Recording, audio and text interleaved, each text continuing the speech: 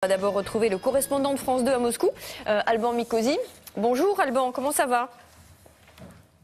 Ça va bien Laurence, merci, et vous? Alors vous avez très bien, vous avez sûrement entendu de Moscou une polémique en France sur la concurrence qui existe chez nous entre les différents concepts de taxi.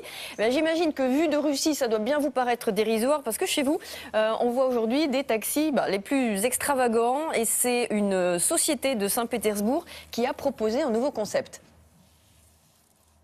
Oui, effectivement, bien que cette polémique en France soit arrivée jusqu'en Russie, puisque ce service Internet auquel vous faisiez allusion dans le journal de Nathanaël de Rinxan tout à l'heure, il existe aussi évidemment en Russie. Il propose ces services et il se heurte à l'opposition très forte des taxis et le gouvernement russe doit là aussi légiférer. Donc vous voyez que finalement ce problème est un problème mondial. Mais en Russie, il y a une particularité. Vous pouvez prendre un taxi classique, un taxi jaune, vraiment une berline toute simple, mais vous pouvez aussi prendre des taxis totalement délirants. Des limousines, des voitures parmi les plus belles au monde et vous pouvez même, c'est nouveau à Saint-Pétersbourg, rouler en véhicule blindé. Ça, c'est vous si vous avez peur sur la route. Et en Russie, c'est vrai qu'il vaut mieux parfois avoir peur sur la route. Reportage fait avec Patrice Hacheret.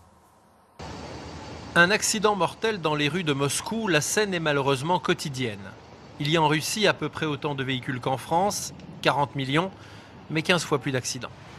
À Saint-Pétersbourg, une société de taxi propose une solution originale, circuler en véhicule blindé.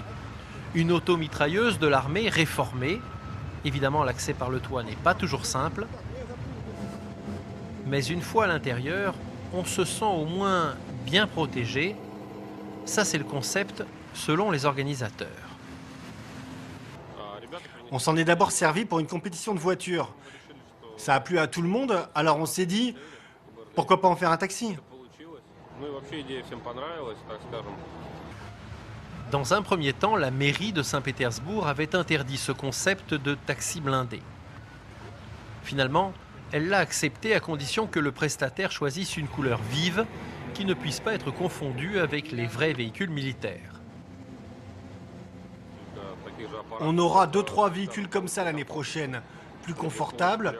On en fera des petits salons, avec des sièges en cuir, un mini-bar et surtout une porte verticale pour entrer plus facilement.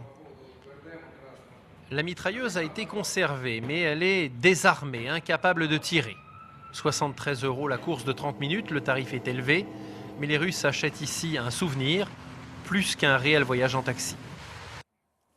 Alors, ça dénote quand même une certaine fascination des Russes pour les armes. Alban, c'est quoi? C'est une démonstration de puissance, les armes chez eux?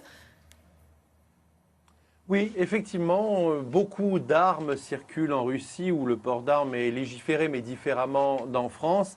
Et puis tout ce qui fait appel à la force militaire, à la puissance, ça marche très très bien dans les magasins. Il y a des magasins spécialisés qui vous vendent en permanence des gadgets militaires. Et sur la route, c'est le même principe. Plus votre voiture est grosse, plus elle est protégée et plus vous faites autorité. Parce que parfois, il vaut mieux une bonne voiture bien lourde plutôt que de respecter le code de la route ici. Merci beaucoup, Alban. À très vite. On va